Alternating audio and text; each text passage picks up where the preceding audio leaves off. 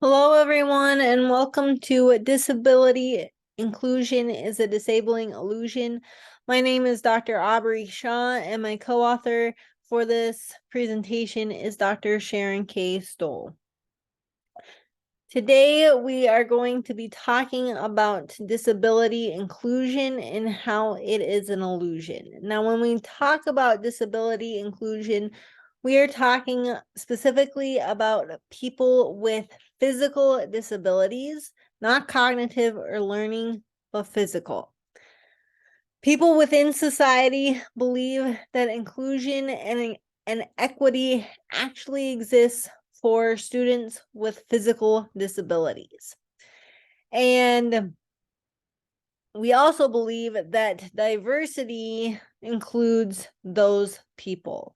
However, inclusion, equity, and diversity does not exist for these people because we don't see disability as diversity, and inclusion and equity is very hard to get for students with physical disabilities. Furthermore, there is research on this topic, specifically in physical education, recreation, and sport, and how students with physical disabilities are being excluded. And they are one of the groups, or they are the group that is being excluded more than students with learning disabilities or cognitive disabilities. Interestingly, Panda and Bartel 1972 discuss how physical education teachers, they exclude students with physical disabilities, and they include students who have learning disabilities or cognitive disabilities. Furthermore, they discuss how special education teachers actually they are the ones who are including students with physical disabilities rather than learning disabilities and cognitive disabilities. So there is a mind-body discussion going on around that as well. Next, we are going to discuss the purpose of this presentation. So the purpose of this presentation is threefold. First, we're going to examine why disability inclusion in its current state is a disabling illusion. We are going to apply Maurice Merleau-Ponty's description of the able-bodied perspective as a limitation for able-bodied teachers to practice inclusion for children with physical disabilities. And then we're going to provide a solution of disability inclusion in physical education, recreation, and sport, and how it can be a fruitful experience for everyone involved, but it is different. It is a different solution. So, what is the current state of disability inclusion? Within physical education programs, they are not fully including. And when we say fully including, we are saying that these students are not fully immersed in the physical education experience. They are not the ones who are playing soccer or who are playing wiffle ball or who are playing basketball. Instead, inclusion for students with physical disabilities are being the line judge for a game. They're assigned the task of a referee. And if they are a student with a physical disability in a wheelchair, they are being pushed around the play area while the able-bodied students play. So they are not being fully immersed into that inclusion, or fully immersed into that experience of physical education. Now, why is this an illusion? How we include the population of being a line judge, being the teacher's aide, being pushed around the gym while the other students play, that is deceptive. Okay. However, it is acceptable. And that is not correct. It should not be acceptable. If they are being a line judge, or if they are being the ball boy or girl, then that means that everyone in the class should be the line judge, should be the ball boy or the ball girl. Okay, they need to be rotated out so that your student with a physical disability can actually play. Okay, and what's occurring is that the able-bodied individuals, they think they know best. And these are the teachers, these are the parents, these are the students. However, do they? Do they know best? Do they know what is best for that student with a physical disability? And when we look at the current form of inclusion, this is not full inclusion. Okay, this is an illusion. We think we know that we're doing the best thing. However, it is not the best thing because the student with a physical disability doesn't get the actual play experience. And you might say, Dr. Shaw, I disagree with you. And that's perfectly fine. You can disagree with me. However, there are too many stories for me of this being an illusion. And so I'm going to share with you 7 different stories about myself and my experience. And you might say, well, how do you have the expertise to be doing this? And I have the expertise because I am a person with a physical disability. So I have traumatic brain injury, and I have had traumatic brain injury since I was 6 months old. And I have been placed in many different situations growing up. And I went through the public school system of the United States. I went through special education through the United States. I was placed in many different competitive venues of swimming, gymnastics, dance, basketball, soccer. So I've played with able-bodied individuals. In addition, I played adaptive sports as well. So I've played wiffle ball, I've played floor hockey, and then I have played soccer with other students with other physical disabilities. And so I have many different experiences. Furthermore, these stories are important because they show that disability inclusion is an illusion. So the first story is about how I wrote a paper in my master's program on the importance of play for students with physical disabilities. And I turned in my paper, and the professor was Dr. Stoll, and she read the paper, she graded the paper, and she called me in and she said, Aubrey, I really like your paper. However, I don't think it's occurring. And I said, well, why isn't it occurring? Because my argument was that these students don't actually get to play. And she said, because we have laws. And yes, we do have laws. In the United States currently, there are 4 different laws that students with physical disabilities fall under that should be allowing them to play. However, those laws are there, but we don't follow the laws. And I told that to Dr. Stoll, and Dr. Stoll said, okay, we're going to have to do more research on this. We're going to have to actually see if this problem exists. And I said, okay. The second story was that my first day of being a graduate teaching assistant in my program, I had to go to an inclusion training. And I was really excited because I was excited to hear about the support that they have for students with physical disabilities or other disabilities as well. And in the training, they said 0. They didn't mention people with disabilities at all. And I was very, very, very frustrated. And I told Dr. Stoll this, and she said, Aubrey, the power of the pen. write the director, write the president, and see why this is occurring. And so I did. I wrote the director and I wrote the president, and I got responses really quickly. And the director said, we didn't even think about it. However, they brought me in, and so for 3 years, I did their inclusion training for students with disabilities. Furthermore, the president's note said the same thing. We didn't even think about it. And thank you for bringing this up. And so he put me on many of his different committees. And it was really interesting because I had to still fight for disability to be diversity with the director who he assigned me with. And so that was a unique experience that I have had.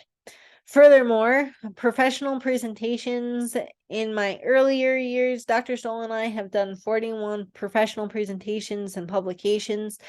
And within those earlier years, we had parents and professionals who were approaching us saying, we don't know what to do. How do we actually include these students? Or how do I advocate so that my student can have the full experience?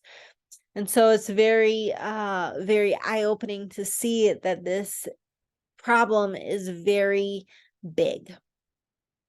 And then the fourth story is how we have had administrators say, we go to legal. And this is when we ask them, like, how do you include students with physical disabilities in your programs? And they say, well, we go to legal. Well, that's a problem because legal will say if it fundamentally changes the game, then you can exclude, except the game is always changing. And so how do you ever include if you're doing that? And so we need to not go to legal and think outside of the box. Next, the next story is how, as a student with physical disability, I have had professors say to me, I don't know what to do with you. And because I have had professors say that, that is very eye-opening of, okay, they're not interested in including people with physical disabilities.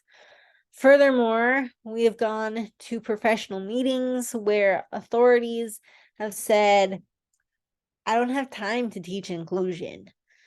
I'm too busy. Well, if you don't have time to teach your pre-service teachers how to teach inclusion, then they're not going to include students with physical disabilities in the physical education classroom. Furthermore, we have had been in professional meetings where authorities have said students with physical disabilities should not be physical education teachers because they will not relate to students who are able-bodied.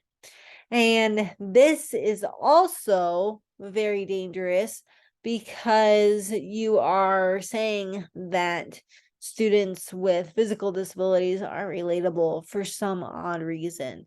And as a student with a physical disability, as a person with a physical disability, I can say that I can relate to my students who are able-bodied very, very well. So these stories continue, and you might say, well, these stories are old. However, some of these stories only happened like a year ago or 2 years ago. And because they have only happened 2 years ago and not in the 1990s, then we can see that this is very, very, very prevalent. You might say, well, this isn't reality, but this is reality. The stories I have shared with you are reality, and they have only taken place since 2016 to 2023. Reality does not match what we think is going on. Yeah, we don't want to say that my stories are true. We don't want to say that that is reality, but that is reality. We would like to think that these students are being included, but they're really being excluded. In addition, we have laws and rules, and they exist for a reason. However, when you are trying to get around the laws or the rules, then that is a problem. Furthermore, I understand that this is an international presentation. And so, yes, we talk a lot about the United States, but this is not just occurring in the United States. I have had people approach me in Canada, in Germany, all over the world, say that this problem still exists within their country as well.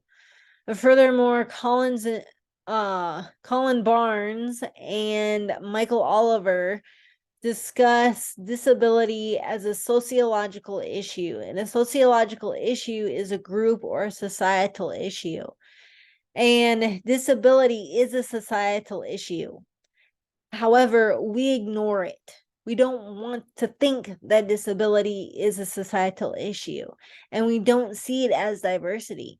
And by ignoring it, we're just perpetuating it and making it an illusion even further.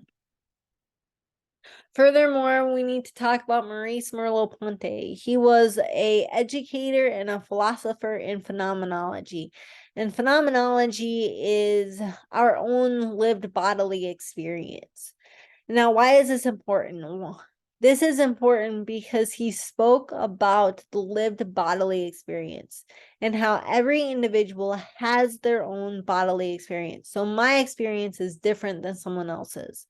Furthermore, we drag our existence with us. And because we drag our existence with us, we have this bodily experience that informs our responses, our behaviors, and our perspectives. And we might not want our experiences to be with us, but they are. Furthermore, this means that our perspective is unique to us because of the bodies that we live in.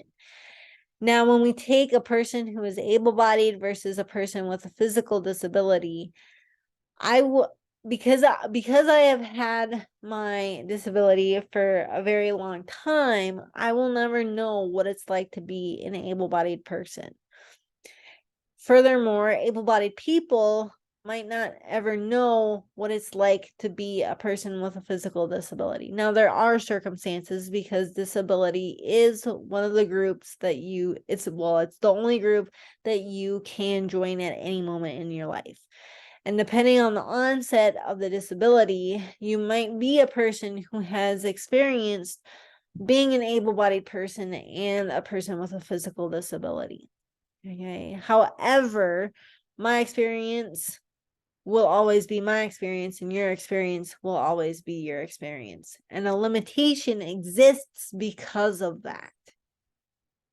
So what is the solution? The reality is our biases and our bodies define who we are. Furthermore, the solution lies within addressing our own biases. And because everyone has their own agenda, the key to the challenge is to challenge the self-bias. And how are we going to grow out of that bias, and how are we going to push beyond our boundaries? So here are some tough questions to consider. If this were you, if you were a person with a physical disability, would you want to be excluded?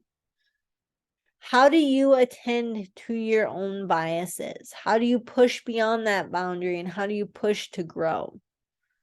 Who are we kidding if we believe that our system is working? Our system is not working, and students with physical disabilities are not being included. Why is this said? We never thought about it. How can this be? Many people say this all the time. Well, we never thought about it. But if you think about diversity, we're always thinking about diversity. We're always thinking about inclusion, especially in today's world. Furthermore, what about students with physical disabilities movement experiences? Don't they deserve to have those movement experiences and learn how to love movement?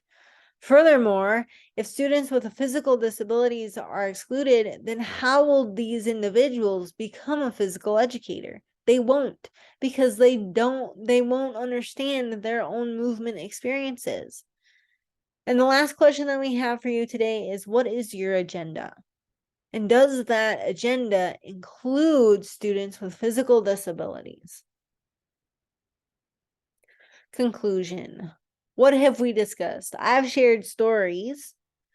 We've discussed the lived bodily experience and how a limitation of the body allows us to believe the illusion that is occurring.